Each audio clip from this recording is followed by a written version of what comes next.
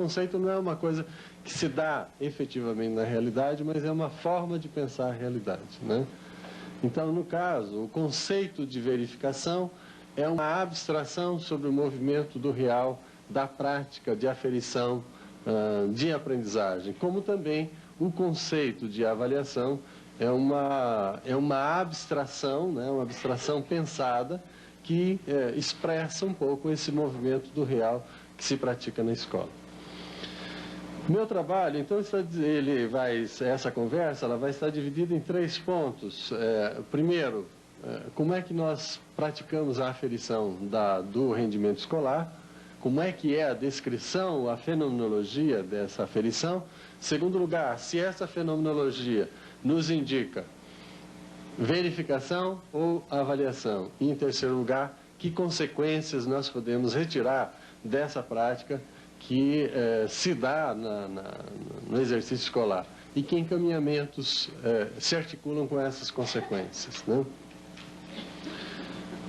Todavia, antes de entrar propriamente no tema que eu me propus a discutir aqui nesse evento, eu gostaria de articular um pouco isso com o que foi colocado, o que foi discutido aqui no dia de ontem e no dia de anteontem, quer dizer, na segunda e na terça-feira. O que tem me parecido, né, nesses últimos tempos de trabalho com essas questões de avaliação, é que nós todos, eu, vocês e os professores em geral e os educadores em geral desse país, temos fetichizado a avaliação, ou seja, temos tomado a avaliação como se ela fosse a coisa mais importante do processo pedagógico. E isso é tão forte que professores, pais de alunos e a sociedade está voltado para a questão da avaliação escolar. De tal forma que todos nós, desde o primeiro dia da atividade escolar ou até em período anterior à atividade escolar, estamos preocupados com uma coisa: aprovar ou reprovar, ou nós estamos preocupados se nossos filhos, os nossos sobrinhos, os nossos netos, se eles vão ser aprovados ou reprovados na escola. Então, o que tem polarizado a prática educativa escolar é a aprovação ou a reprovação do aluno. E essa polarização pela aprovação, pela reprovação, tem feito do exercício de aferição do aproveitamento escolar alguma coisa como se ela fosse tudo na prática docente. Então, o professor ameaça o aluno: olha, vocês vão ver o que é que eu vou fazer com vocês no dia da prova. Então, ele polariza a educação pela prova ou pela avaliação. Os alunos, por sua vez, começam a fazer média dos seus conceitos no primeiro bimestre escolar. Poxa, no primeiro bimestre eu fui mal, como é que eu vou ir no próximo? E quando chega no terceiro bimestre, todo mundo já está fazendo suas médias para ver se precisa fazer prova final ou não. E quantos pontos precisa tirar mais, quantos pontos não precisa tirar. E os pais, quando vão à escola, para a reunião de pais e mestres, querem saber se seus filhos têm condições de ser aprovados ou não. E a escola, como instituição escolar, ela está preocupada, muito mais em como fazer a média, obter uma média, ou ponderada ou não ponderada, ou pondera mais os primeiros bimestres, ou pondera mais os bimestres finais, ou pondera alternadamente. Então, o que acontece? Que a prática educativa está polarizada por essa questão de aprovação, reprovação na escola.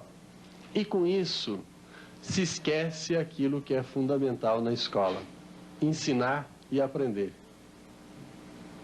Então, o que acontece é que nós hipertrofiamos a avaliação e esquecemos o que é fundamental. O fundamental é ensinar e aprender, não é avaliar.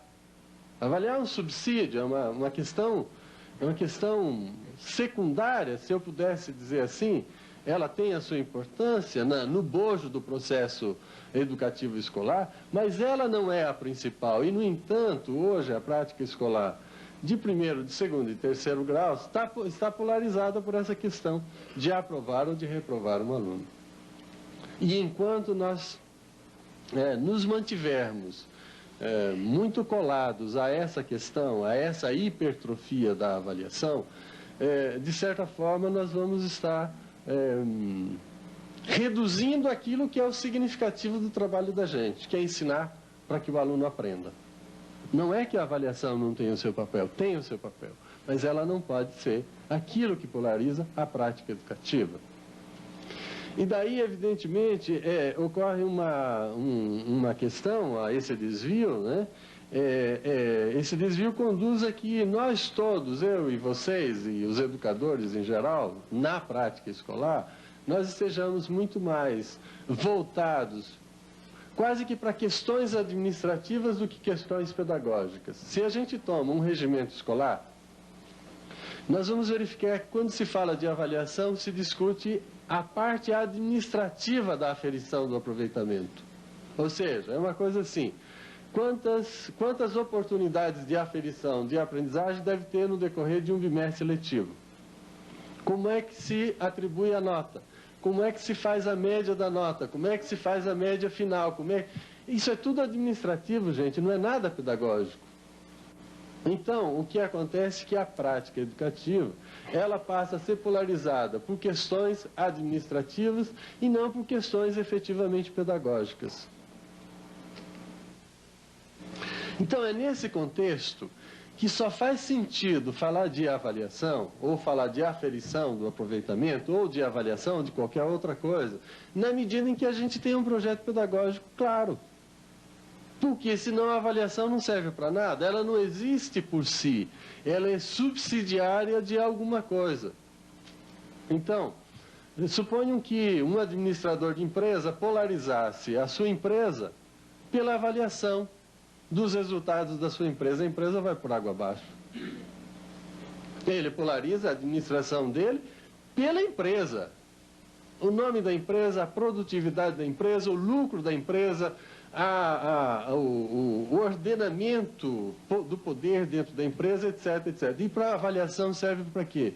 Ela é só um subsídio para quê? Para que ele melhore o desempenho profissional, para que ele melhore o lucro, para que ele melhore, etc, etc, etc. Então, a avaliação é subsidiária. Ele tem um projeto empresarial. E se a gente for fazer a avaliação da aprendizagem sem ter o projeto propriamente, o que vai acontecer é que a avaliação toma conta. Parece que ela fica sendo a coisa mais importante.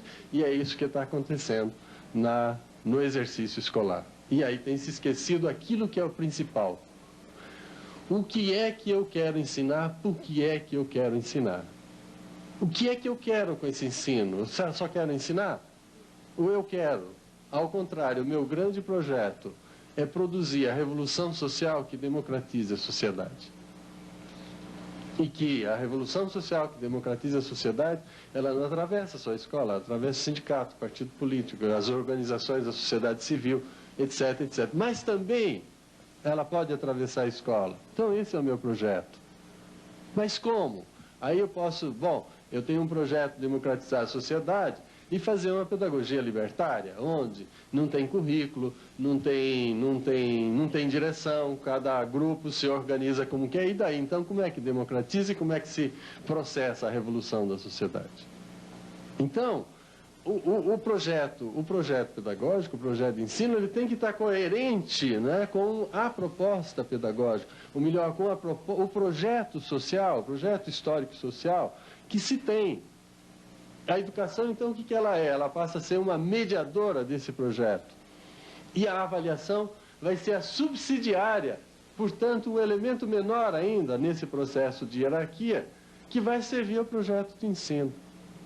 E, no entanto, pelo que eu terminei de dizer para vocês, e que nós podemos perceber na prática escolar brasileira em geral, não só brasileira, acho que em geral, é que a avaliação em função de uma questão meritória dessa sociedade e autoritária dessa sociedade de aprovação e de reprovação, nós polarizamos tudo por aprovar ou reprovar. A nossa conversa de professor na sala de aula é de aprovação ou de reprovação. Vocês vão ver o que é que eu vou fazer com vocês no dia da prova. Vocês se cuidem, senão vocês serão reprovados. E assim por diante. Então é uma conversa permanente, né? e que desvia aquilo que é o significado fundamental da prática da avaliação. Bom, eu vou falar aqui, evidentemente, de aferição do aproveitamento escolar. Agora, eu estou tentando fazer esse anúncio no sentido de que isto que eu vou falar sobre a aferição do aproveitamento escolar, essa discussão sobre verificação e avaliação, que ela não seja mais um pingo d'água para hipertrofiar mais a avaliação.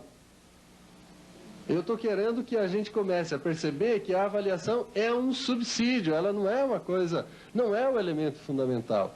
E que fazer a avaliação não é nenhuma coisa tão complexa, se nós tivermos clareza sobre o projeto que nós temos de trabalho, os objetivos que nós temos. Ontem eu vim aqui na frente, pedi a Ana Maria que voltasse a analisar a questão dos objetivos, porque senão fica uma barafunda. Diz assim, a avaliação por objetivo é uma coisa positivista e daqui a pouco positivismo é uma coisa que nós todos questionamos, então agora objetivo vamos jogar na lata do lixo? Não, não é assim. Ou eu tenho objetivos claros e precisos, ou então a gente não faz aquilo que o Geraldo Vandré disse na música dele, que o Fusari citou ontem. Quem sabe faz a hora e não espera acontecer. Como é que sabe se não sabe os objetivos? Então, como é que se avalia se não se tem objetivos? Claro que tem que ter. Né? São duas coisas diferentes. Uma coisa é dizer assim, o objetivo é uma babaquice, outra coisa é dizer assim, objetivo comportamental da perspectiva behaviorista da educação é uma babaquice. São coisas completamente diferentes. Né? E daí que ontem eu vim aqui para que a Ana fizesse uma revisão do que ela tinha colocado, que é fundamental a gente ter objetivos, né? Bom, então, é dentro dessa perspectiva e nesse contexto que eu quero falar de aferição do aproveitamento escolar, né? E não, mais uma vez aqui, eu vim tentar polarizar a questão da aferição como uma coisa, como um dos elementos que cobriria tudo mais no pedagógico. É um pouco aquela história que se diz assim, que quando a gente olha uma árvore de perto, a gente não enxerga a floresta, né? Então, se a avaliação for a árvore que estiver colocada diante do olho da gente, a floresta que é imensa, bonita e bela, ela fica esquecida porque a gente tem um elemento que está impedindo que a gente veja o todo, né? E eu não desejo que esta conversa minha seja mais um elemento dessa árvore, só para impedir que a gente veja a floresta. Vamos ver a floresta e vamos colocar no pé da árvore, né, um pouco de fertilizante que a gente pode colocar. Bom, então é nesse contexto que eu quero discutir essas questões. E acreditando num elemento fundamental, que o desvendamento científico da realidade, e é esse o esforço que eu e vocês e nós todos estamos fazendo aqui nesses dias, ele traz consequências. E traz consequências pelas quais nós podemos ter uma conduta mais adequada, uma prática mais adequada. Então, esse esforço que eu vou fazer, que eu e vocês estamos fazendo aqui nesses dias, é para que a gente consiga tirar consequências para a nossa prática e conseguir exercitar uma ação, no caso, a ação educativa escolar, com mais adequação, com mais senso, com mais criticidade e assim por diante, né? Então, é nessa perspectiva que eu tento discutir um pouco essas questões. Bom, para isso, então, em primeiro lugar, vamos tentar descrever o que acontece na prática da aferição escolar, que eu diria assim que é uma descrição da fenomenologia da prática da aferição do aproveitamento escolar. E eu digo que são 3 elementos fundamentais que ocorrem na prática da aferição. 3 coisas que os professores fazem. Eu não estou inventando nada, não. Vou tentar descrever o que acontece na sala de aula. São 3 elementos. Primeiro, a medida. Segundo lugar, a transformação da medida em nota ou conceito. E, em terceiro lugar, o uso da nota e do conceito. É isso que nós fazemos na sala de aula, né? A primeira coisa que o professor faz, o educador escolar, ele faz no exercício docente, no processo de aferição do aproveitamento escolar, é a medida. Aí até a gente pode dizer assim, mas será que faz medida? Faz, é a primeira coisa que todos nós fazemos. E a medida, todos nós sabemos que é a utilização comparativa de duas grandezas.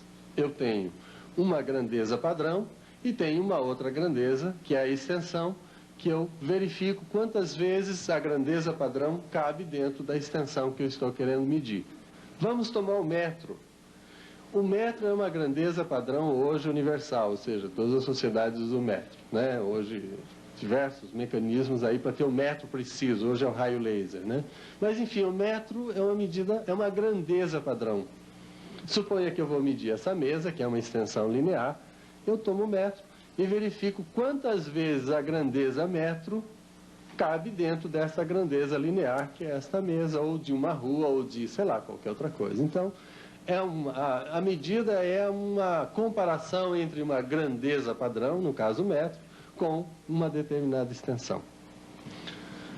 Todas as medidas funcionam assim. Claro que aqui a grandeza padrão é metro, mas em outro lugar pode ser outra coisa. No caso da avaliação da aprendizagem, a grandeza medida são os acertos. Então, eu tenho um teste, uma prova, uma dissertação, um trabalho escrito, quantos acertos o indivíduo teve em tantos. Então, eu tenho um teste de 100 questões, o sujeito, eu conto quantos acertos ele teve 80 acertos. Então, dentro da possibilidade da extensão toda de conhecimento que eu estou medindo, o sujeito chega a 80 acertos. Então, o padrão de medida, que na medida linear é o metro, no caso da avaliação da aprendizagem, são os acertos. Essa conduta de verificar os acertos como padrão de medida, ela é transformada na escola também num padrão pontos, que é a mesma coisa. Quantos pontos vale o acerto da primeira questão? 10 pontos. Quanto vale o acerto da questão número 2? 20 pontos. E assim por diante. Que é a mesma coisa. Só ocorre que o padrão de medida, em vez de ser acerto, é a transformação do acerto em pontos. Que às vezes os acertos têm valores equivalentes, então cada acerto vale 10 pontos, vale 5 pontos, vale 8 pontos, enfim, quanto a gente estabelecer, ou alguns acertos valem mais pontos, ou tem uma medida, ou tem uma transformação numa medida de mais ou de menos pontos. Mas medida é a mesma coisa. Um teste ou um instrumento de coleta da aprendizagem, ou de manifestação das condutas inteligentes aprendidas pelos alunos, por exemplo, um teste com 10 questões pode ser transformado em 100 pontos. Cada questão vale 10 pontos, ou cada acerto vale 10 pontos. Ou pode ser transformado de forma diferente. A primeira questão vale 20, a segunda vale 10, a terceira vale 5, e assim por diante. Mas é medida, não muda. Então, o primeiro ato fundamental do professor é medir. Por mais que a gente diga assim, mas então é quantitativo? É quantitativo, sim. E aí a gente pode dizer assim, mas e quando a gente avalia ou quando a gente julga os aspectos afetivos? Também a gente mede. Ontem eu dizia aqui, na pergunta que eu falava à Ana, quando um aluno, em 100 ocasiões, em uma só ou 2 ocasiões, ele manifesta uma conduta de iniciativa, nós todos dizemos que ele não tem iniciativa.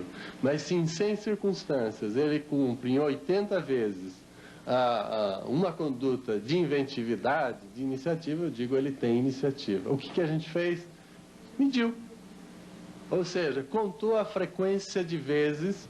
Se a gente não conta, pelo menos a gente observa, a maior parte das vezes aquele aluno tem iniciativa, a menor parte das vezes ele não tem iniciativa, e assim por diante. É uma medida.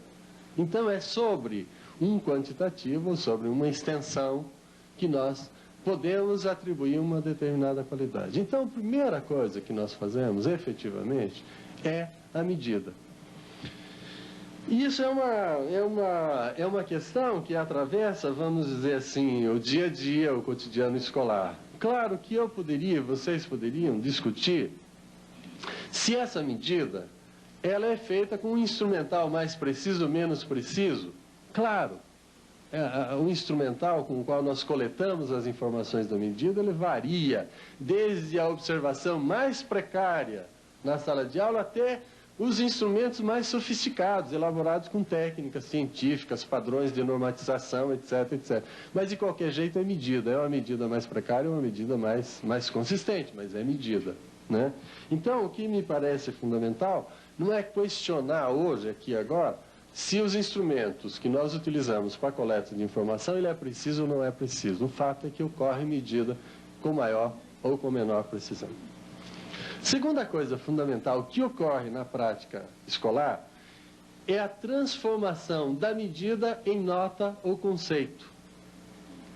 Nós, professores, necessitamos, ou por legislação, ou por prática histórica, ou sei lá por o quê, nós necessitamos de transformar esses acertos ou esses pontos em nota ou conceito.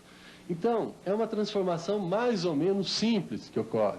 Então, vamos dizer assim, eu estabeleço um padrão de que num teste de 100 questões, o aluno que teve 80 acertos, portanto, a medida 80, ele recebe o conceito, ou recebe a nota 8, ou ele recebe o conceito médio superior, ou ele recebe o conceito aprovado. Então, é uma transformação simples que ocorre por uma tabela de equivalência que nós estabelecemos. Todos estabelecem essa tabela de equivalência. Então, mesmo quando eu transformo em pontos, é a mesma coisa. Um teste de 10 questões, que vale 100 pontos, eu vou atribuindo os pontos, conto os pontos e transformo numa nota. O aluno obteve 65 pontos. Ah, conceito médio. O aluno obteve 95 pontos. Ah, conceito excelente. Então, é uma tabela que nós fazemos previamente e transformamos os pontos em notas ou conceitos. Na minha universidade, na Universidade Federal da Bahia, eu não sei nas outras universidades como é que é, são conceitos, né?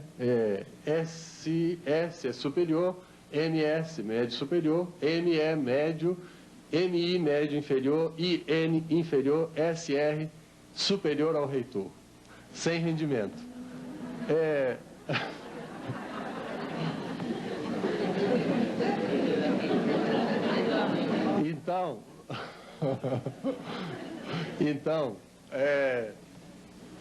Então, é uma forma. O indivíduo, então, que fez os 100 pontos, S, 85 pontos, S, sei lá, 80 pontos, MS.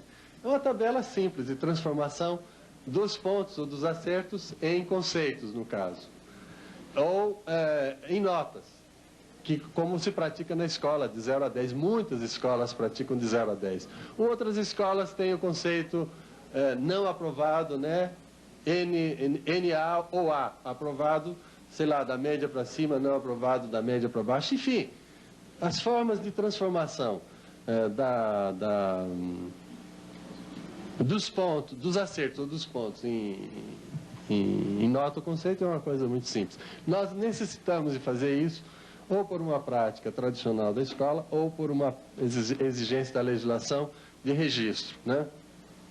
E é interessante que quando se usa conceito, por exemplo, lá na minha universidade, SMS, ME, etc., etc., o professor e o sistema não se contenta com o conceito. Aí faz uma correspondência de conceito e nota, conceito e número.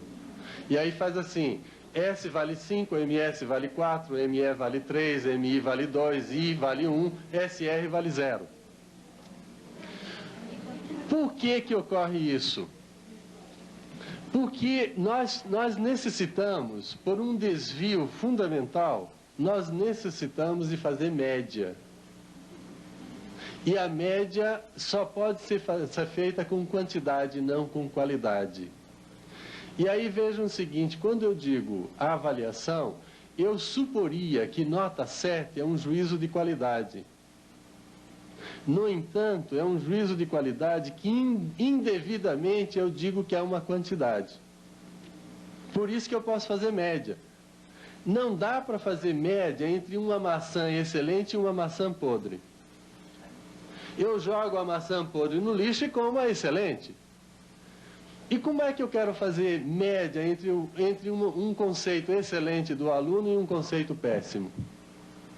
Mas eu faço, porque eu transformo o conceito excelente em 10 e o conceito péssimo em 2, somo 10 com 2, dá 12, dividido por 2 dá 6. Mas aí o que acontece? Aquilo que era excelente virou regular, e aquilo que não vale nada também virou regular. Então, a média é uma mentira, é um engano do professor, é um engano do aluno, é um engano da sociedade. E nós praticamos por um salto indevido entre qualidade e quantidade, na medida em que nós trabalhamos com vários momentos de aferição e aí a gente quer linear, fazer isso uma coisa linear pela média. Isso que eu estou falando para vocês é uma coisa assim. Eu faço 2 testes, um sobre adição e outro sobre subtração. O aluno tira 10 em adição, 0 em subtração. 10 com 0 dá 10, dividido por 2 dá 5. Eu digo assim, medianamente esse aluno sabe adição e subtração. De fato, ele só sabe adição. É uma mentira. É uma mentira para mim, professor, é uma mentira para o aluno, é uma mentira para a sociedade, é uma mentira para a vida social e assim por diante. Então, a média é enganosa. No entanto, nós praticamos a média porque nós temos uma certa necessidade, ou melhor, porque nós não trabalhamos efetivamente com a avaliação, é uma coisa que a gente vai falar daqui a pouco, né? Muito bem. Feita a medida em acertos ou pontos, feita a transformação da medida em conceitos ou notas, né? Nós passamos para a terceira coisa, a utilização dos resultados da avaliação. E que isso é uma coisa que o professor faz na sala de aula. Como é que ele utiliza os resultados da aprendizagem? Eu acho que utiliza da seguinte forma, no geral, né? O professor, em geral, ele aplica o teste, corrige o teste, transforma os acertos ou os pontos em nota e pega aquela nota e registra em caderneta. E se ele não registra ainda em caderneta, ele registra num caderno dele para fazer a média no final do bimestre e depois registrar na caderneta. Né? Isso é a prática. Né? E aí ocorre o seguinte, obtido esse resultado, que é um resultado final de bimestre letivo, ou de semestre, ou de ano letivo, e registrado na caderneta, fica lá. Então, o sujeito tirou como média no bimestre 2, ele registra 2. Tirou 3, registra 3. Tirou 4, 5 e assim por diante. E fica lá registradinho para a eternidade, se aquela caderneta durar a eternidade. Não sai mais, nunca mais sai, porque está registrado definitivamente. Né? Então, o que acontece? Eu vou dar um exemplo para vocês, é um exemplo bem exacerbado, só para a gente perceber como isso é sério. Né? Vamos supor que eu ou vocês, ou qualquer pessoa, vá ao médico, né? E chegando ao médico, o médico tem uma fichinha lá que ele preenche o nome do cliente, a idade, o endereço, etc, etc. E vamos supor que eu vou ao médico reclamando com uma dor aqui no peito, do lado esquerdo, né? O médico me ausculta, tira a tensão, vê a respiração, faz um toque, e aí eles, bom, mas ainda não estou com muita certeza, aí pede para fazer uma radiografia, e aí diz, poxa, mas ainda não, um exame de catarro, aí faz lá um exame clínico de catarro, e depois diz tudo, aí ele dá o diagnóstico, diz assim, olha, você está com pneumonia, é uma inflamação que está começando na parte inferior do seu pulmão esquerdo. E aí ele pega a fichinha dele e anota assim, Cipriano e tal, teve no meu consultório no dia 25 de abril de 1990, fiz tais exames e constatei tal coisa. Cipriano, vai para a tua casa, até logo, e volte daqui a 15 dias. E eu volto daí a 15 dias. E ele faz o ritual todo de novo. E aí diz assim para mim, olha, aquela pneumonia que estava só lá na parte inferior do pulmão esquerdo, já tomou o pulmão esquerdo inteiro e está começando a tomar o direito. E aí anota na fichinha dele, ó, Cipriano teve no meu consultório no dia 15, no dia 10 de maio, tal. Cipriano, até logo, vai para sua casa e volte daqui a 15 dias. Eu, pobre Cipriano, não voltarei mais para o consultório do médico. Irei bater as portas do cemitério. E o professor não faz isso? Professor, o aluno tira 2 na primeira unidade, registra 2, tira 3 na segunda, registra 3, tira 4 na terceira, registra 4, tira 0. E aí? O médico mata 1 por vez, o professor mata 40 de uma vez só. E o médico mata o corpo, o professor mata a mente, né, a alma, né, que é complicado. Então, vejam, é isso que a gente faz com o resultado da avaliação. Em vez de a gente utilizar o resultado da avaliação, o que o médico faz corretamente? Poxa, constatou com pneumonia agora, prescreve, sei lá, antibiótico, penicilina, regime alimentar, exercício de respiração, o diabo, para esse cara ficar bom. Nós, professores, constatamos que o menino está lá doente, raquítico, miserável, tirou 2 em matemática, o que a gente faz? Ah, fica aí no banco dos réus, sei lá. Então, veja, a aferição do aproveitamento escolar tem sido utilizado na prática escolar só para classificar os alunos. Classificar em inferior, em médio, em superior e assim por diante. Não tem servido para um processo dinâmico. Ao contrário, tem sido uma questão muito mais classificatória, né? Dentro das múltiplas possibilidades de utilizar os resultados da aferição do aproveitamento escolar, nós praticamente utilizamos só para classificar. E isso é tão forte na nossa cabeça e na cabeça dos professores, que se um aluno for mal numa aferição de aprendizagem qualquer, for mal significa que ele manifeste condutas insatisfatórias do ponto de vista da aprendizagem. Vamos supor que ele fez lá o teste, a prova, etc., tirou 2. Aí eu, professor, sou um sujeito, estou investindo nos meus alunos, né, e desejoso de que eles aprendam, e eu conheço meus alunos e digo, pô, mas você, Francisco, que coisa que você fez, que burrada, foi tão mal, você é um aluno tão bom, tão dedicado, o que é isso? E aí a gente insiste com o aluno, rapaz, vamos estudar de novo, vamos, né?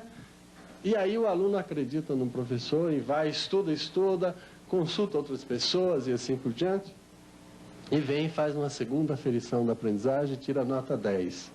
Aí o professor faz assim, como você tinha 2 e agora você tem 10, soma 2 com 10, dá 12, dividido por 2 dá 6. Aí o professor diz assim, é como se ele dissesse assim, olha, você agora sabe tudo, você cresceu, mas antes você foi meio safadão, né? Então agora eu vou te castigar.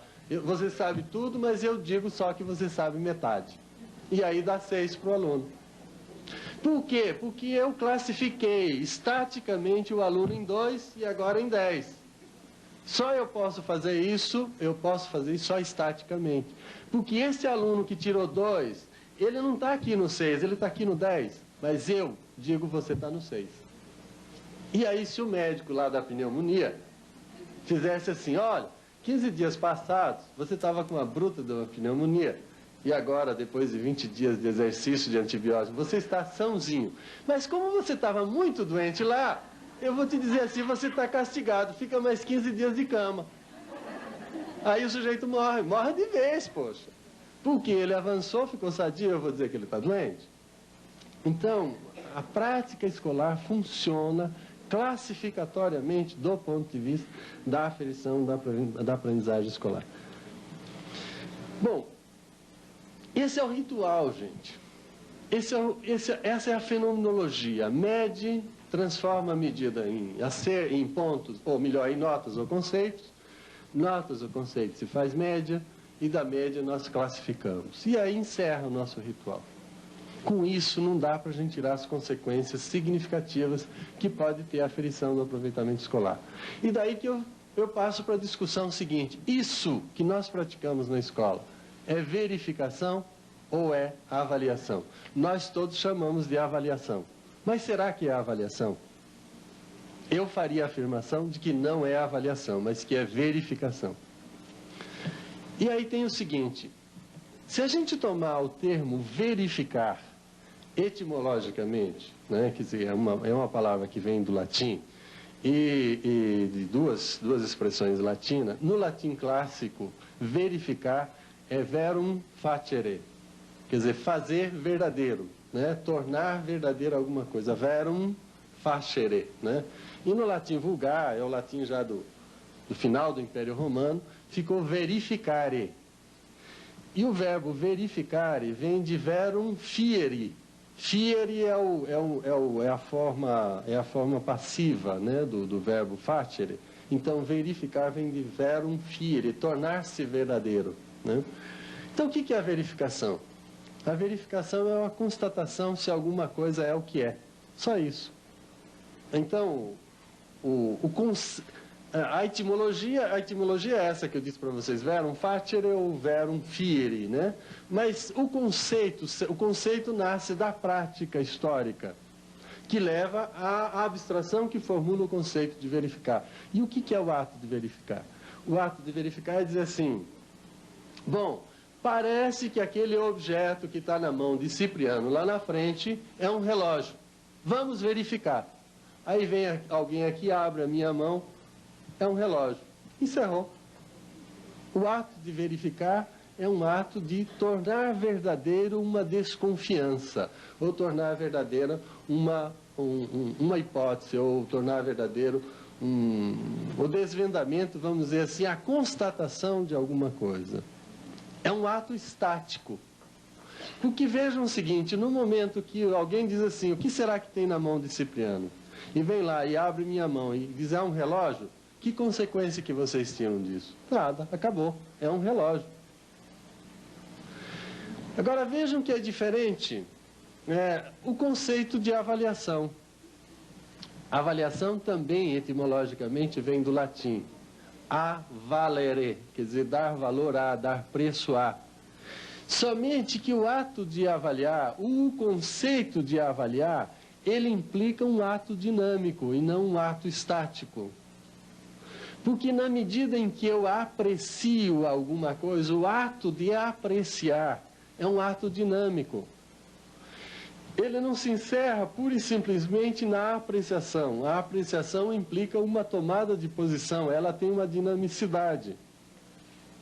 Então vamos dizer assim, vocês vão para a rua e vão comprar uma camisa, ou comprar uma blusa, uma calça, e chega na vitrine e olha, puxa, é a cor da roupa, a cor da camisa que eu queria, né?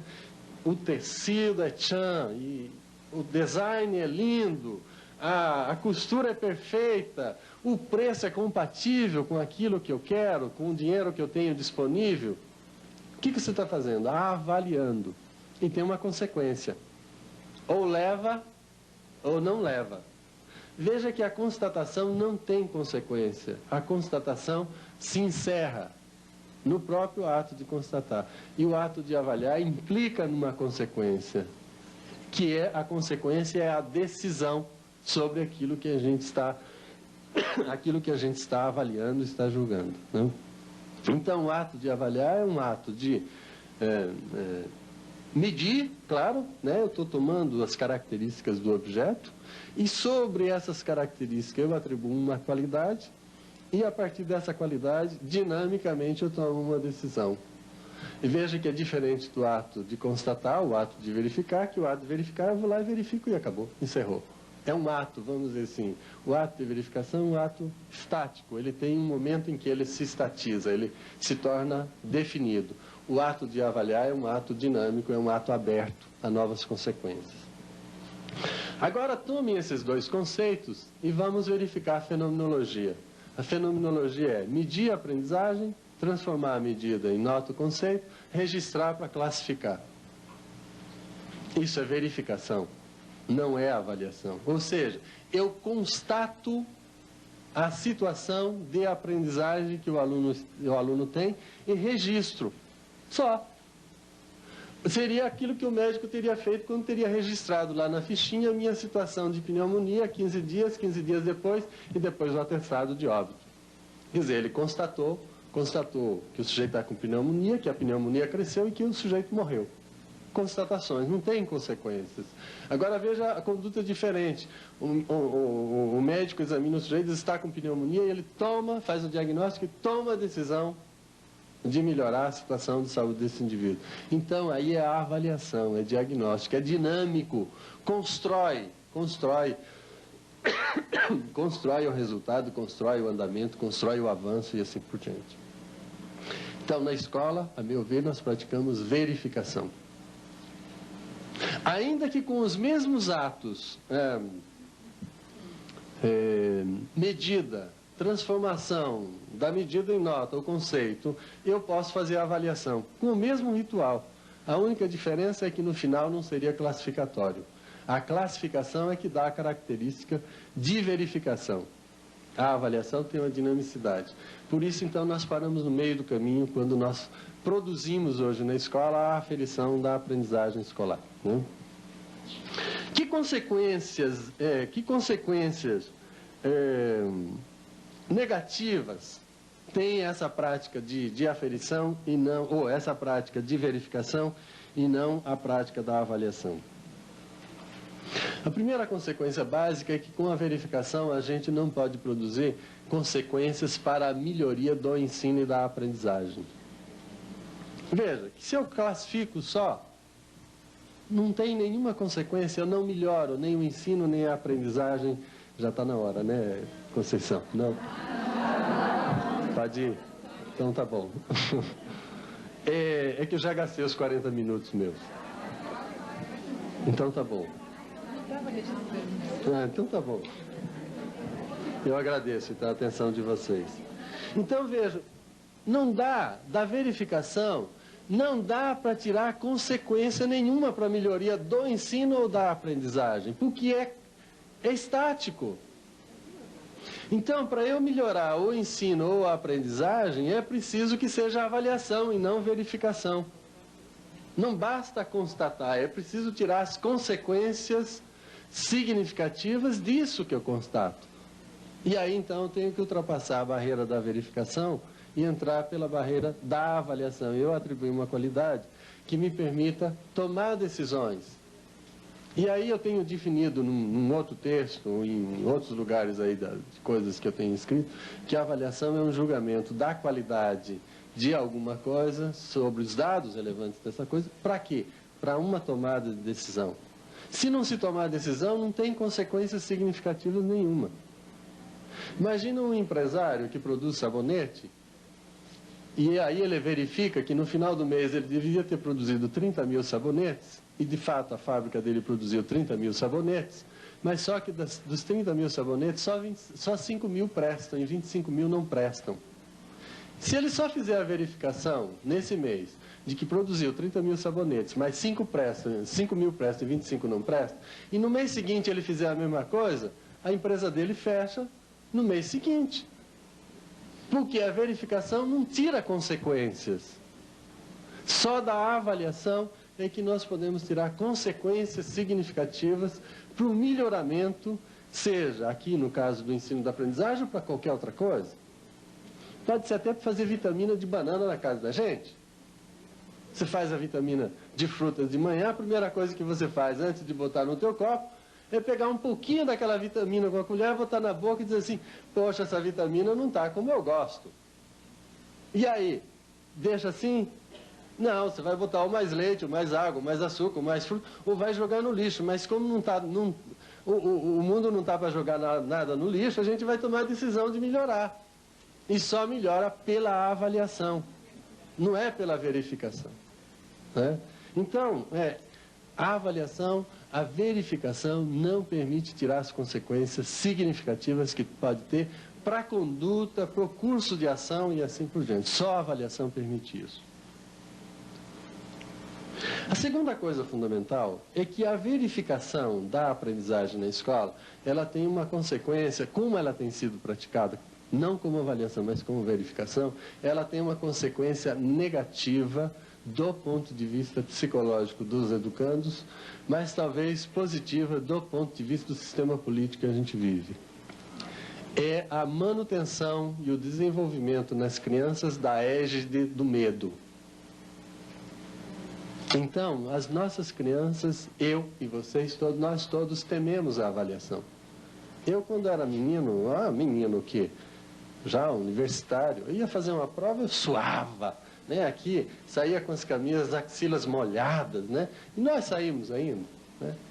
O que é isso? É a égide do medo, é uma manifestação corporal do quanto a nossa alma está com medo, entende? Então, a verificação é uma coisa taxativa. É, não é, aprovo, não reprovo, mato, e o diabo, né? Isso só faz os meninos terem medo, e o medo, gente, não serve para nada, a não ser para a organização autoritária da sociedade que pretende controlar as pessoas pelo medo. Só serve para isso. Eu acho que a questão do medo é uma coisa que atravessa a sociedade, a religião, ou pelo menos a religião católica, né? É um negócio terrível a égide do medo, né? Vai para o inferno, para o fogo do inferno, castigo, sei lá, hein? Ah, felizmente, se não é mais assim, eu fico muito contente, né? O diabo não tem mais, né?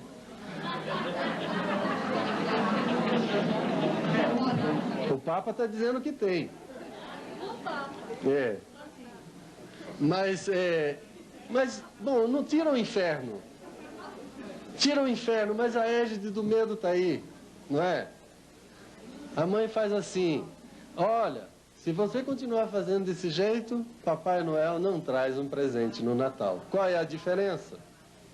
Ou então, não precisa o Papai Noel, se você não fizer assim, não vai ter o presente ou a viagem tal, não vai ter aquilo. É a égide do medo, gente. O medo não vale para nada, certo? Para nada.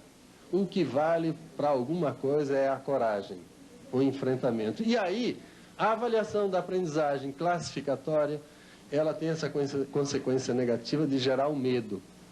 Na medida que eu sou classificado em reprovado, eu já antecipadamente sofro pela possibilidade de eu vir a ser reprovado.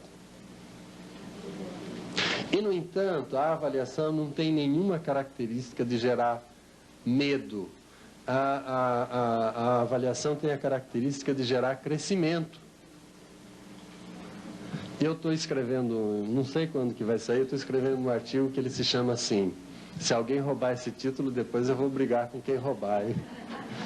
Ele chama-se assim, do erro como fonte de castigo ao erro como fonte de virtude.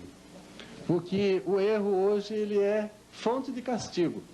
E ele deveria ser uma fonte de virtude, né? Eu acho que ele deveria ser uma fonte de virtude.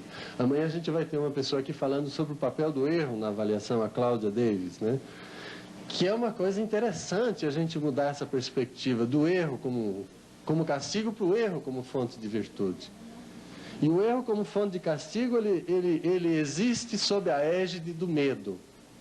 E o medo interessa, evidentemente, ao Romeu Tuma, interessou muito ao SNI, ao 477, a um monte de coisas, né? Ao nosso presidente, a muita gente interessa a égide do medo, né? Mas o medo é terrível, ele acaba com as pessoas, acaba com a alma, gente, né? Terceira consequência negativa da utilização da verificação e não da avaliação é que a verificação, ela reifica a aprendizagem. Reificar, a palavra reificar vem do latim. Res rei, né, coisa, e facere, né? Fazer uma coisa que é dinâmica, que é uma conduta dinâmica, tornar isso uma coisa estática, né? Reificar, né? É uma expressão de alguma coisa que é vida se torna uma pedra, né? A aferição do aproveitamento escolar utilizado como verificação, ele reifica a aprendizagem. O que significa isso? Que o professor, o educador, a educação, não admite que o sujeito muda. Desde que eu classifico e boto lá na caderneta 2, está reificado. Consistentemente esse aluno é 2. Então é uma coisa que é dinâmico, que é, poxa, hoje eu não sei, mas amanhã eu vou saber. Se alguém trabalhar comigo, eu vou saber. Piaget fez um experimento lá no instituto dele de epistemologia genética, com crianças que eram consideradas inaptas para aprender matemática. Muitos deles se tornaram matemáticos. Não aprenderam só matemática, Mas era o quê? Uma coisa de investir nessa aprendizagem. E se sabe, estatisticamente, que 95% da população mundial é capaz de aprender tudo. Depende de tempo e método. Então a classificação reifica a dinamicidade da aprendizagem. Nós paramos de investir em quem apresenta uma aprendizagem insatisfatória.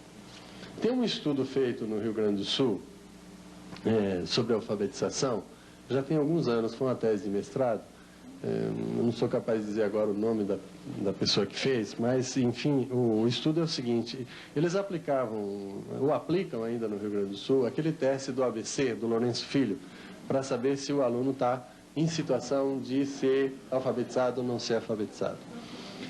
E tinha, então, a classe de alfabetização, a classe A, a classe B, a classe C, a classe D. A D eram aqueles que estavam na porta do inferno, já não estavam no purgatório, lá mesmo na portinha do inferno, né? Aqueles são os relegados. E aí se verificou o seguinte, que colocavam para ensinar essa turma que era considerada a pior de todas, os professores menos qualificados, menos interessados, menos dedicados, etc, etc.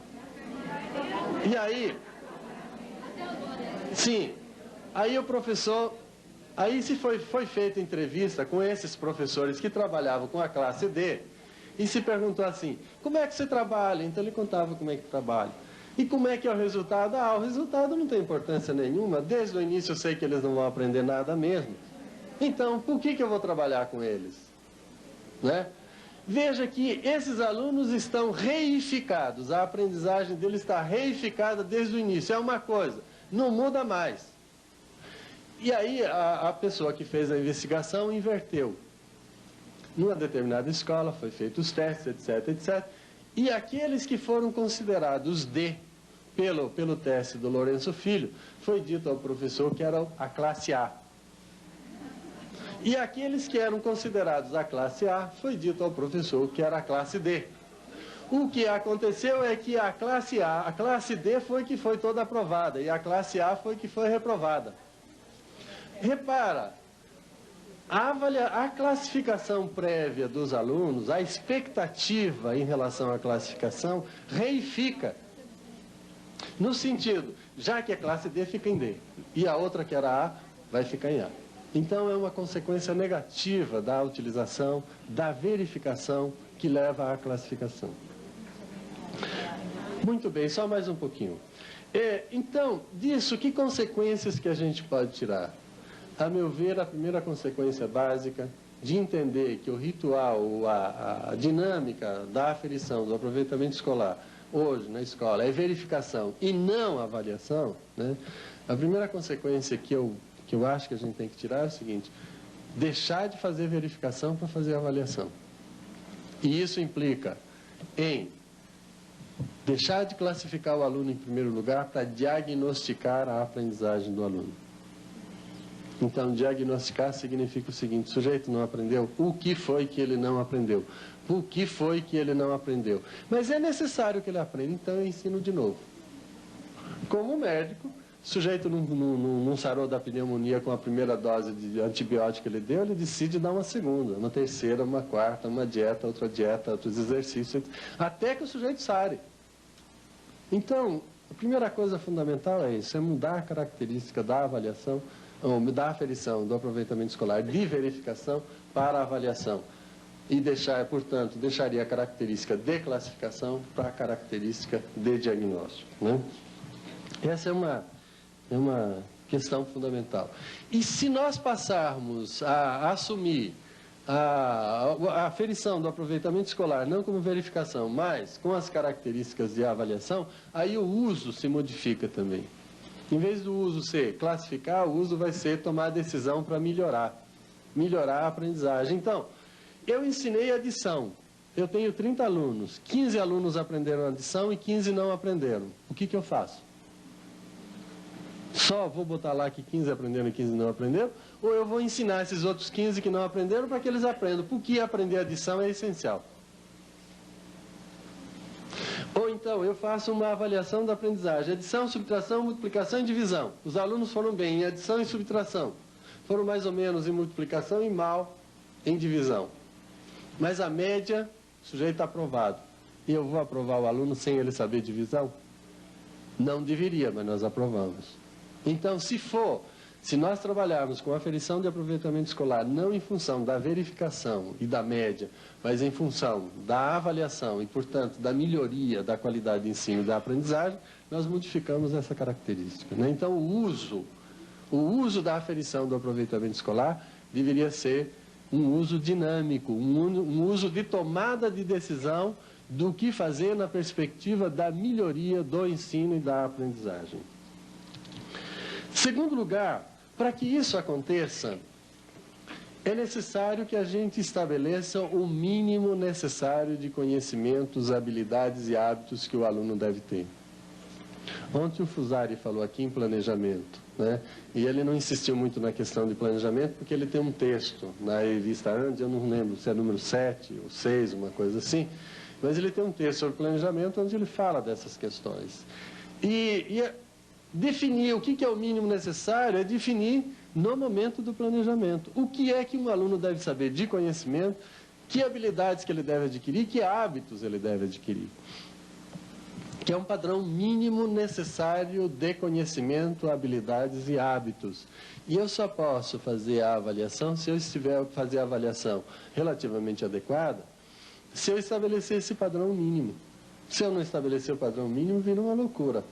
Porque aí ocorre que um indivíduo não atingiu o padrão mínimo, mas eu faço a média, aí ele fica como se ele tivesse o padrão mínimo. Então, se eu estabeleço o que um aluno tem que saber em adição, para ele ser admitido como sabendo o mínimo necessário de conhecimento, habilidades e hábitos em adição. Eu estabeleço o mínimo em subtração. Veja, eu não posso, porque esse aluno ultrapassou o mínimo necessário e chegou ao máximo, e aqui ele não chegou ao mínimo necessário, eu não posso fazer essa média. Porque se eu fizer essa média, significa que ele sabe isso e não sabe isso. E, no entanto, eu estou dizendo que medianamente ele sabe. O que eu teria que fazer é o mínimo em adição, o mínimo em subtração, o mínimo em multiplicação, o mínimo em divisão. Então, estabelecer o padrão mínimo necessário de expectativa de aprendizagem naquele determinado conteúdo. Se não chegar ao mínimo, fim de papo, trabalha com ele até que ele chegue ao mínimo. Aí vocês poderão me dizer assim, mas e aí, como é que a gente trabalha com nota? Eu sei que nota não vai acabar tão cedo, gente. Eu questiono as notas por causa da média e eu acho que a média é mentirosa. Todavia, eu sei que nota não vai acabar tão cedo em lugar nenhum. O ideal seria que elas desaparecessem. E aí eu chegar a dizer assim, olha, esse aluno sabe o mínimo necessário. Pronto. Esse aluno ultrapassou o mínimo necessário. Pronto, não precisa ter nota 2, 3, 4, 5. O fato é que você tem que trabalhar para ele chegar ao mínimo necessário, né?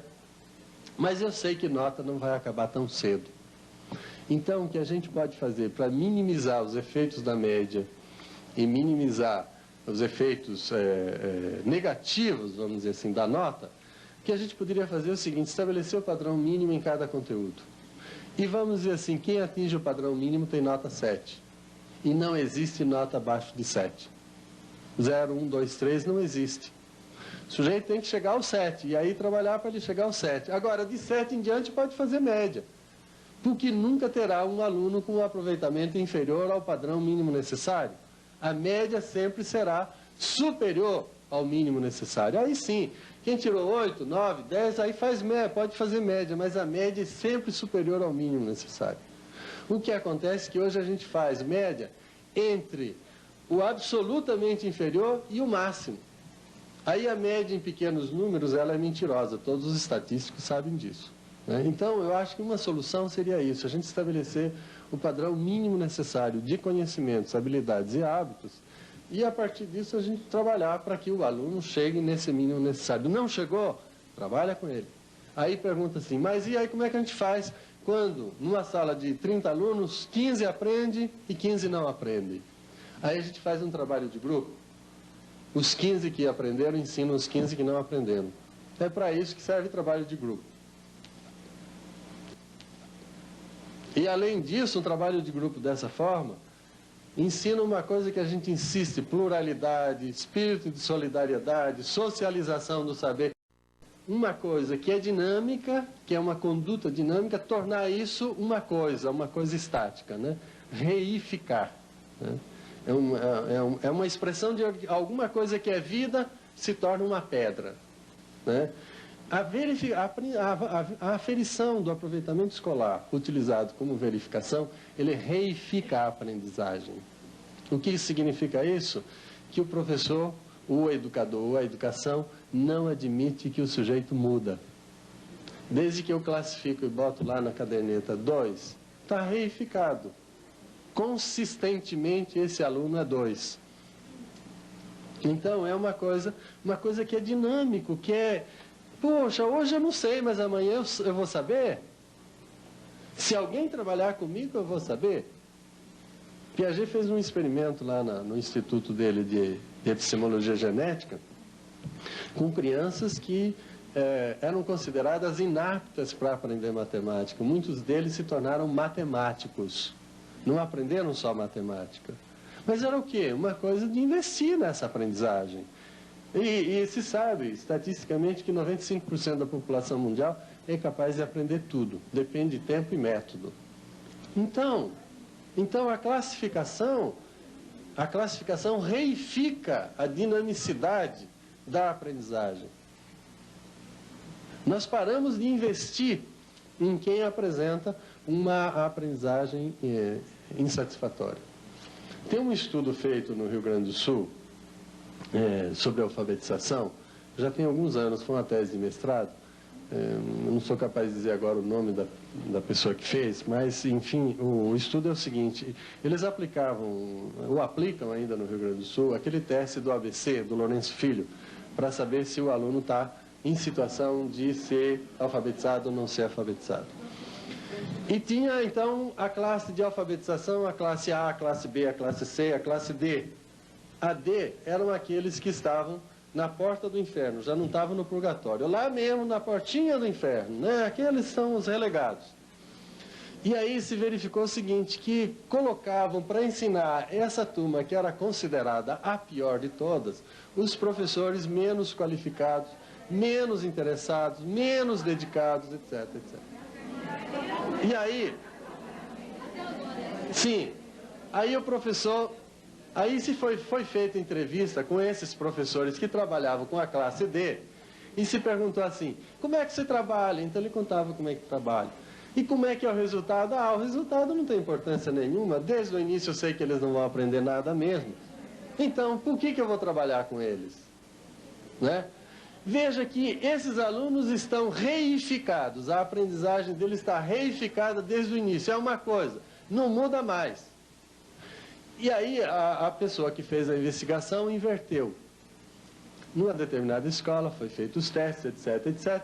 E aqueles que foram considerados D pelo teste do Lourenço Filho, foi dito ao professor que era a classe A.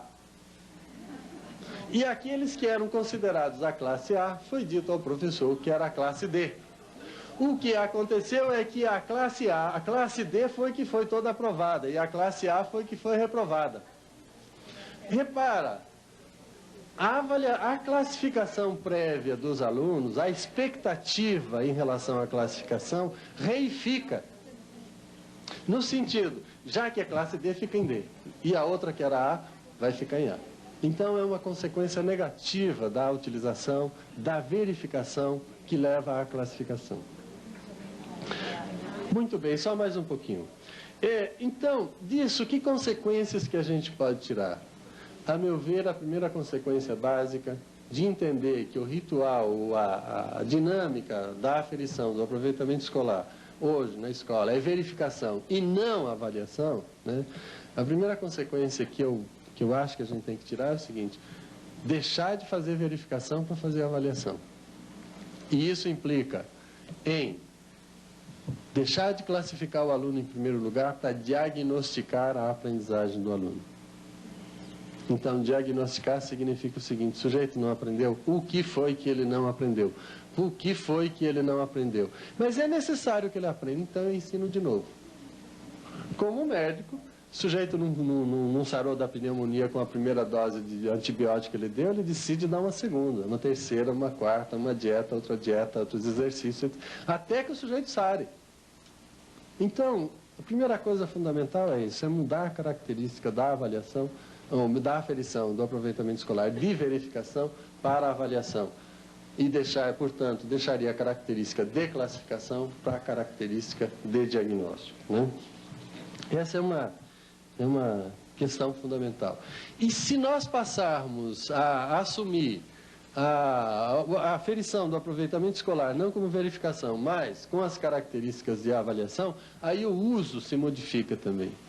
Em vez do uso ser classificar, o uso vai ser tomar a decisão para melhorar a aprendizagem. Então, eu ensinei adição. Eu tenho 30 alunos, 15 alunos aprenderam adição e 15 não aprenderam. O que eu faço? Só vou botar lá que 15 aprenderam e 15 não aprenderam? Ou eu vou ensinar esses outros 15 que não aprenderam para que eles aprendam? Porque aprender adição é essencial. Ou então, eu faço uma avaliação da aprendizagem. Adição, subtração, multiplicação e divisão. Os alunos foram bem em adição e subtração. Foram mais ou menos em multiplicação e mal em divisão. Mas a média, o sujeito está aprovado. E eu vou aprovar o aluno sem ele saber divisão? Não deveria, mas nós aprovamos. Então, se nós trabalharmos com aferição de aproveitamento escolar, não em função da verificação e da média, mas em função da avaliação e, portanto, da melhoria da qualidade de ensino e da aprendizagem, nós modificamos essa característica, né? Então, o uso da aferição do aproveitamento escolar deveria ser um uso dinâmico, um uso de tomada de decisão do que fazer na perspectiva da melhoria do ensino e da aprendizagem. Segundo lugar, para que isso aconteça, é necessário que a gente estabeleça o mínimo necessário de conhecimentos, habilidades e hábitos que o aluno deve ter. Ontem o Fusari falou aqui em planejamento, né? E ele não insistiu muito na questão de planejamento, porque ele tem um texto na revista Ande, eu não lembro se é número 7 ou 6, uma coisa assim, mas ele tem um texto sobre planejamento onde ele fala dessas questões. Definir o que é o mínimo necessário é definir no momento do planejamento. O que é que um aluno deve saber de conhecimento, que habilidades que ele deve adquirir, que hábitos ele deve adquirir. Que é um padrão mínimo necessário de conhecimento, habilidades e hábitos. E eu só posso fazer a avaliação se eu estiver fazer a avaliação relativamente adequada, se eu estabelecer esse padrão mínimo. Se eu não estabelecer o padrão mínimo, vira uma loucura. Porque aí ocorre que um indivíduo não atingiu o padrão mínimo, mas eu faço a média, ele fica como se ele tivesse o padrão mínimo. Então, se eu estabeleço o que um aluno tem que saber em adição, para ele ser admitido como sabendo o mínimo necessário de conhecimento, habilidades e hábitos em adição. Eu estabeleço o mínimo em subtração. Veja, eu não posso, porque esse aluno ultrapassou o mínimo necessário e chegou ao máximo, e aqui ele não chegou ao mínimo necessário, eu não posso fazer essa média. Porque se eu fizer essa média, significa que ele sabe isso e não sabe isso. E, no entanto, eu estou dizendo que medianamente ele sabe. O que eu teria que fazer é o mínimo em adição, o mínimo em subtração, o mínimo em multiplicação, o mínimo em divisão. Então, estabelecer o padrão mínimo necessário de expectativa de aprendizagem naquele determinado conteúdo. Se não chegar ao mínimo, fim de papo, trabalha com ele até que ele chegue ao mínimo. Aí vocês poderão me dizer assim, mas e aí, como é que a gente trabalha com nota? Eu sei que nota não vai acabar tão cedo, gente. Eu questiono as notas por causa da média e eu acho que a média é mentirosa. Todavia, eu sei que nota não vai acabar tão cedo em lugar nenhum. O ideal seria que elas desaparecessem. E aí eu chegar a dizer assim, olha, esse aluno sabe o mínimo necessário. Pronto. Esse aluno ultrapassou o mínimo necessário. Pronto, não precisa ter nota 2, 3, 4, 5. O fato é que você tem que trabalhar para ele chegar ao mínimo necessário, né? Mas eu sei que nota não vai acabar tão cedo. Então, o que a gente pode fazer para minimizar os efeitos da média e minimizar os efeitos negativos, vamos dizer assim, da nota, o que a gente poderia fazer é o seguinte, estabelecer o padrão mínimo em cada conteúdo. E vamos dizer assim, quem atinge o padrão mínimo tem nota 7. E não existe nota abaixo de 7. 0, 1, 2, 3 não existe. O sujeito tem que chegar ao 7, e aí trabalhar para ele chegar ao 7. Agora, de 7 em diante pode fazer média, porque nunca terá um aluno com um aproveitamento inferior ao padrão mínimo necessário. A média sempre será superior ao mínimo necessário. Aí sim, quem tirou 8, 9, 10, aí faz média, pode fazer média, mas a média é sempre superior ao mínimo necessário. O que acontece é que hoje a gente faz média entre o absolutamente inferior e o máximo. Aí a média em pequenos números, ela é mentirosa, todos os estatísticos sabem disso, né? Então, eu acho que uma solução seria isso, a gente estabelecer o padrão mínimo necessário de conhecimentos, habilidades e hábitos, e a partir disso a gente trabalhar para que o aluno chegue nesse mínimo necessário. Não chegou? Trabalha com ele. Aí pergunta assim, mas e aí como é que a gente faz quando, numa sala de 30 alunos, 15 aprendem e 15 não aprendem? Aí a gente faz um trabalho de grupo. Os 15 que aprenderam ensinam os 15 que não aprenderam. É para isso que serve o trabalho de grupo. E além disso, um trabalho de grupo dessa forma ensina uma coisa que a gente insiste: pluralidade, espírito de solidariedade, socialização do saber. O diabo. Então a gente está formando, além de a gente estar formando o conhecimento, a gente está formando conduta de solidariedade humana. Entende? Trabalho de grupo não serve pura e simplesmente para deixar os alunos espontâneos ou para, de vez em quando, descansar o professor de dar aula, né? Trabalho de grupo serve exatamente para socializar o saber que cada um adquiriu. Muito bem. Então, acho que essa é uma questão, um encaminhamento possível, né? A gente trabalhar para que os alunos cheguem até o padrão mínimo necessário.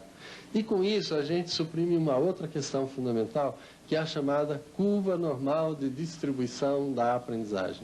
Todo mundo sabe que a curva normal é aquela curva de Gauss, né? Toda sociedade tem um grupo inferior, um grupo médio, um grupo superior. Toda aprendizagem tem gente inferior, gente média, gente superior. Se a gente fizer pelo mínimo necessário, todos têm o mínimo necessário. E aí não tem o grupo inferior.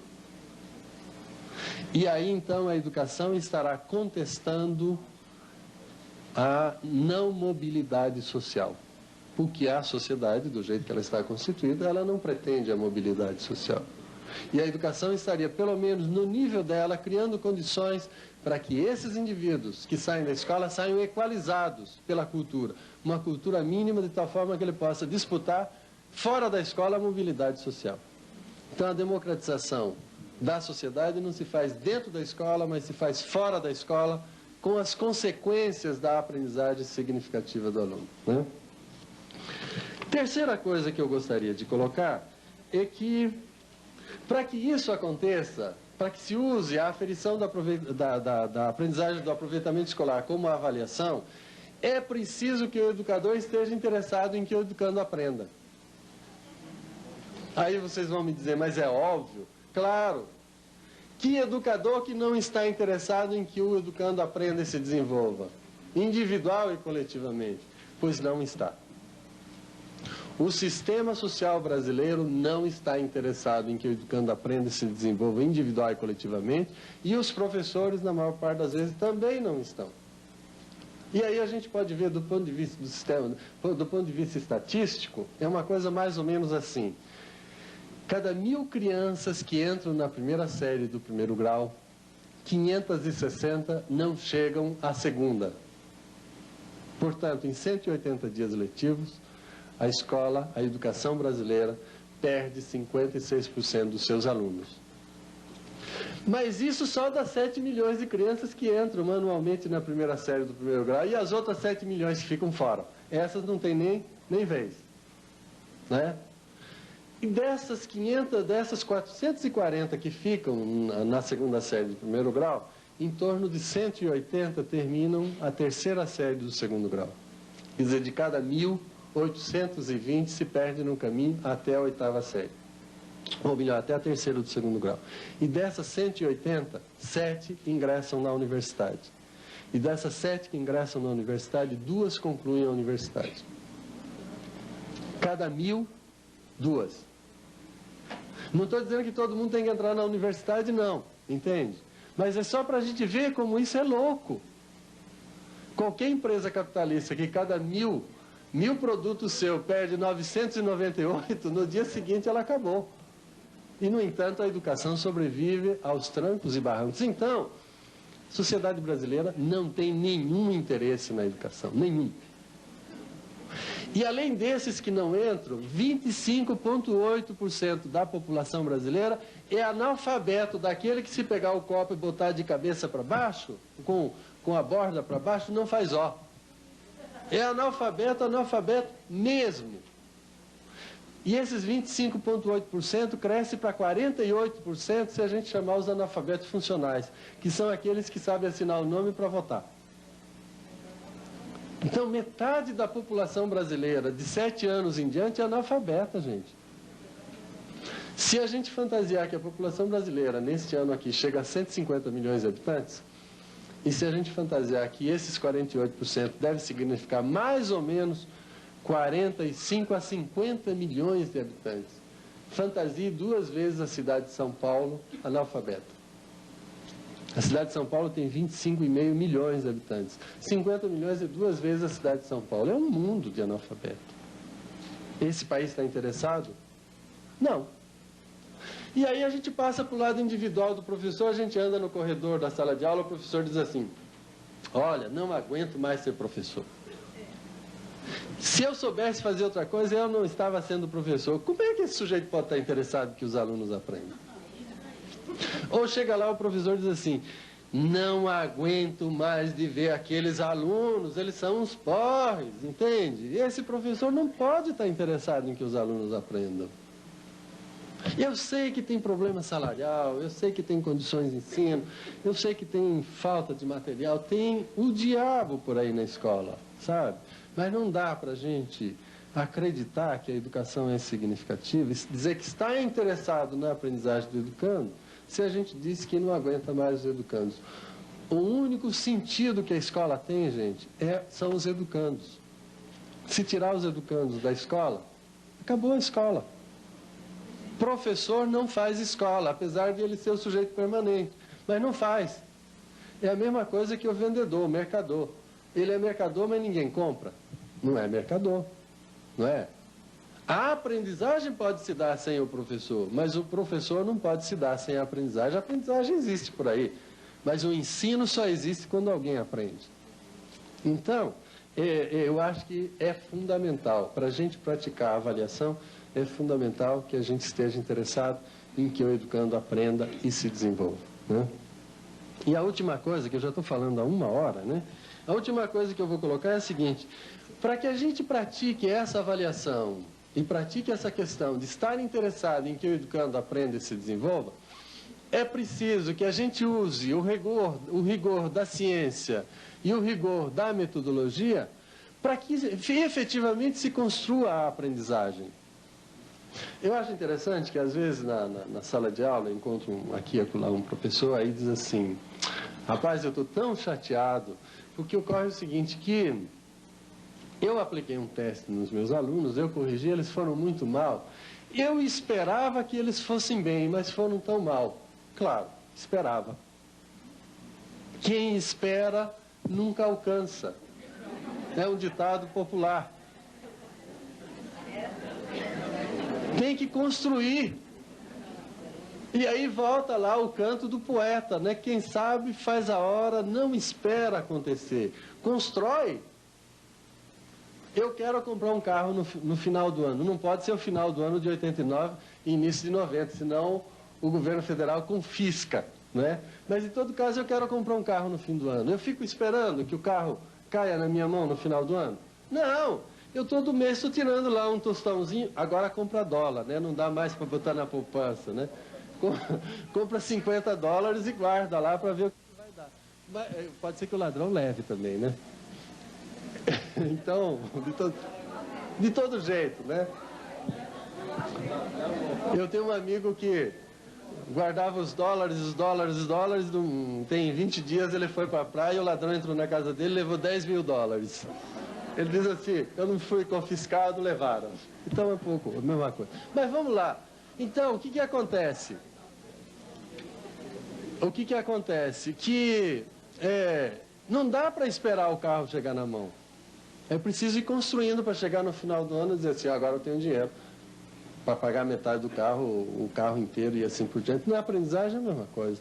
Não dá para esperar no final do bimestre letivo que os alunos tenham aprendido. É preciso construir isso dia a dia. E a avaliação serve para isso. Na medida em que eu estou interessado em que o educando aprenda e se desenvolva, né? Eu tenho clareza do que é o mínimo necessário que ele deve saber. Aí a avaliação me diz assim, esse indivíduo não chegou ao mínimo necessário. O que eu posso fazer para ele chegar ao mínimo necessário? Invento outra coisa. Avalio. Não chegou ao mínimo necessário. O que eu posso fazer para ele chegar ao mínimo? Até que eu construa o resultado da aprendizagem.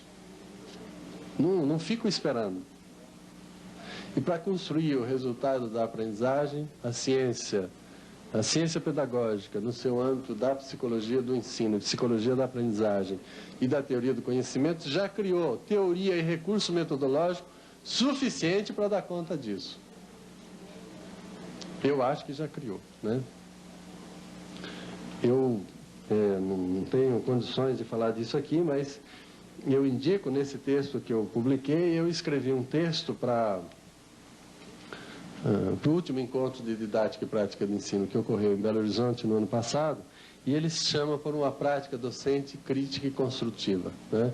Onde eu questiono coisas óbvias, mas óbvias que nós todos podemos praticar e que com isso a gente pode construir os resultados da aprendizagem, não esperar os resultados da aprendizagem, né?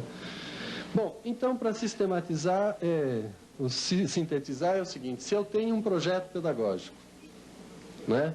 Que foi a questão que Selma está aqui, ela começou a discutir na segunda-feira, né? E que Elaine, que está aqui também, avançou para a questão escolar, e eu disse para vocês, eu acho que os questionamentos que vieram para a mesa vieram mais administrativos do que pedagógicos, né? Mas, enfim, se eu tenho um projeto pedagógico na mão, esse projeto pedagógico se transforma num projeto de ensino, eu acredito que, eu pessoalmente, acho que vocês também acreditam, que a aquisição, a assimilação ativa da cultura elaborada é um elemento fundamental da elevação do patamar da população. Então, se eu acredito nisso, eu vou trabalhar para isso. Com o quê? Com os recursos rigorosos da ciência e da metodologia. Para fazer o quê? Para construir os resultados da aprendizagem. Então, a avaliação não é mais esse elemento importante que polariza toda a educação. O que polariza a educação é a elevação do patamar cultural da população, ou dos alunos ou dos educandos, através de uma assimilação ativa da cultura elaborada. E a avaliação só serve para verificar se o aluno está conseguindo, ou aferir se o aluno está conseguindo ou não. Se não está, vamos trabalhar para que ele esteja. Então veja que a avaliação perde, ou a aferição do aproveitamento perde esse caráter polarizador que tem, para passar a ser um elemento subsidiário, servil, importante, mas servil do objeto fundamental da atividade educativa na escola, que é a aprendizagem, a consequência da aprendizagem, é a construção de uma consciência clara e universalizada em cada educando e que efetivamente é cada cidadão desta sociedade. Era isso que eu queria colocar para vocês.